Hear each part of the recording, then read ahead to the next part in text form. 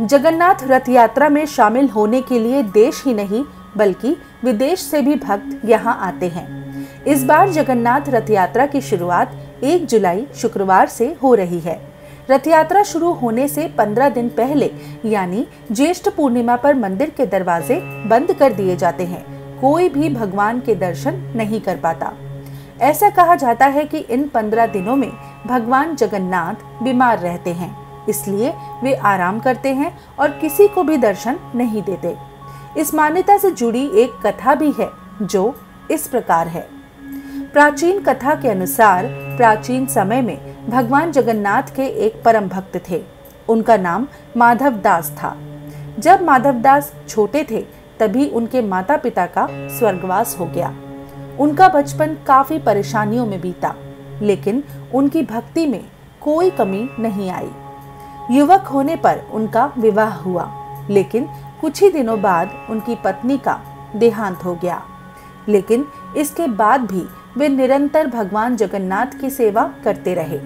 भगवान जगन्नाथ की सेवा पूजा में वे किसी तरह की कोई कमी नहीं रखते थे और पूरी श्रद्धा से ये कार्य करते थे। एक बार माधव दास काफी बीमार हो गए। मंदिर के अन्य सेवकों ने उनकी मदद करनी चाहिए, लेकिन उन्होंने मना कर दिया और स्वयं भी भगवान जगन्नाथ की पूजा करते रहे। बीमारी के चलते वे बहुत कमजोर हो गए और एक दिन पूजा करते करते ही बेहोश हो गए। भगवान जगन्नाथ से अपने भक्त की ऐसी दशा देखी नहीं गई और वे स्वयं सेवक के रूप में प्रकट होकर माधव दास की सेवा करने लगे। भगवान द्वारा सेवा करने से माधव दास जल्दी ही स्वस्थ हो गए और उन्हें इस बात का एहसास हो गया कि ये सेवक नहीं बल्कि स्वयं भगवान जगन्नाथ हैं। आग्रह करने से प्रभु जगन्नाथ प्रकट हुए। माधव दास भगवान के चरणों में गिर पड़े और प्रभु से माफी मांगी। माधव दास ने कहा कि भक्त प्रभु की सेवा करते हैं, प्रभु नहीं, जिसे सुनने के बाद प्रभु जगन्नाथ ने माधव दास को गले से लगा लिया।